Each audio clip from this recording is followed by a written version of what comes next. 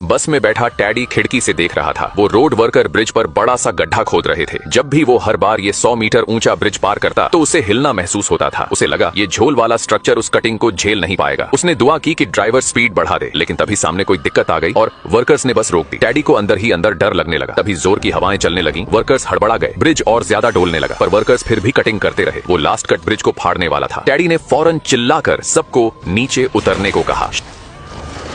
शैना बिना देखे दौड़ी और किनारे से सीधे गिर गई। उसका बॉयफ्रेंड गोल्डन रिट्रीवर चीखा, बट टैडी ने उसे जबरदस्ती खींच लिया। उसी वक्त अंदर टॉयलेट से निकला एक पैसेंजर जैसे ही बाहर आया, उसके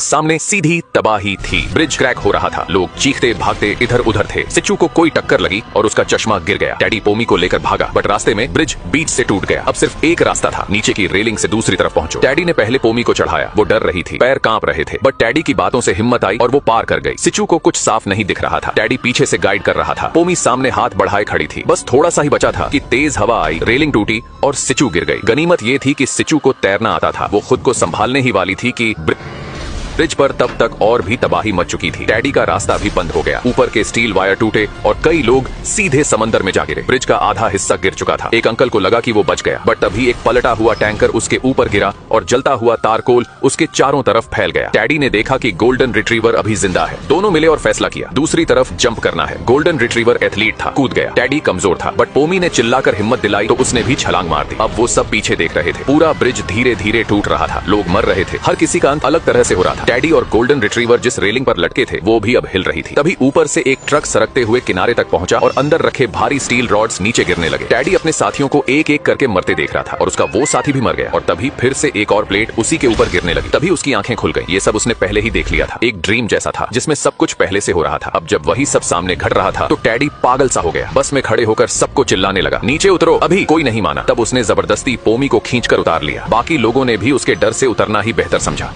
अचानक लड़की ने देखा कि उसकी 400 किलो की बेस्ट फ्रेंड वाटर स्लाइड की तरफ बढ़ रही है। वहां मौजूद स्टाफ ने फौरन उसे रोकने की कोशिश की और साफ बताया कि स्लाइड सिर्फ 300 किलो तक का वेट झेल सकती है। लेकिन उसकी दोस्त ने इसे बिल्कुल हल्के में लिया, बल्कि गुस्से में आकर स्टाफ को डांटते हुए बोली, ये मोटे लोगों से भेदभाव है। वो स्लाइड के टॉप पर पहुंचकर तुरंत नीचे बैठ गई और बिना कुछ सोचे समझे खुद को नीचे फिसलने के लिए तैयार कर लिया। मजबूर होकर स्टाफ ने उसे स्लाइड से धक्का दिया, लेकिन उसका वजन बहुत ज्यादा था। इस वजह से स्लाइड से नीचे गिरने की उसकी स्पीड बुरी तरह तेज हो गई। उसकी रफ्तार इतनी बढ़ चुकी थी कि उसे सांस लेने में भी दिक्कत होने लगी। जैसे ही शाओ माई ने देखा कि उसकी फ्रेंड बिल्कुल रॉकेट जैसी स्पीड में स्लाइड से नीचे आ रही है, उसके चेहरे की मुस्कान एक पल में गायब हो गई। अब रोकना भी मुमकिन नहीं था। कुछ ही सेकंड में वो औरत स्लाइड से बाहर निकली और 3 मीटर दूर लकड़ी के प्लेटफॉर्म में जोर से टकराकर उसमें छेद कर दिया। दरअसल इसकी वजह यह थी कि पैदा होते ही उसके माता पिता ने उसे छोड़ दिया था और वो सीधे अनाथालय में पहुंच गई। वहीं उसकी मुलाकात हुई शाओ माई से। दोनों हर वक्त साथ रहते, इतना कि एक दिन बड़े से पेड़ के नीचे उन्होंने आपस में शादी तक कर ली। लेकिन ये खुशी ज्यादा दिन नहीं टिक पाई। एक दिन एक फैमिली शाओ माई को गोद लेने आ गए और फिर दोनों अलग हो गए। इसके बाद जैक बहुत दुखी रहने लगा। स्कूल में बच्चे उसे तंग करने लगे, लेकिन तभी उसकी जिंदगी में एंट्री हुई एक नई लड़की की। सुई हुआ। उसने जैक को परेशान कर रहे लड़कों को भगा दिया। उसे लगा ये बस एक बचपन की छोटी सी बात थी, पर सुई हुआ ने इसे बहुत सीरियस ले लिया। जैसे जैसे जैक बड़ा हुआ उसे सुई हुआ के भाई की कंपनी में काम पर लगा दिया गया। ये कंपनी असल में लोन रिकवरी का काम करती थी, यानी जो लोग पैसा नहीं लौटाते उनसे जबरदस्ती वसूली की जाती। सुई हुआ के 3 भाई थे और तीनों लोकल गैंगस्टर टाइप थे जिनसे कोई भी उलझना नहीं चाहता था। जैक को जब ये सब समझ आया तब तक बहुत देर हो चुकी थी। वो कुछ कर भी नहीं सकता था। मजबूरी में उसे सुई हुआ से शादी करनी पड़ी। शादी के बाद जैक ने सोचा था कि अब जिंदगी थोड़ी शांत होगी, लेकिन एक दिन जब वो काम से घर लौटा तो उसने अपने कमरे से किसी मर्द की आवाज सुनी। दरवाजा खोलकर देखा तो उसकी बीवी और जिम ट्रेनर दोनों बिस्तर पर बिना कपड़ों के थे। जिम ट्रेनर बोला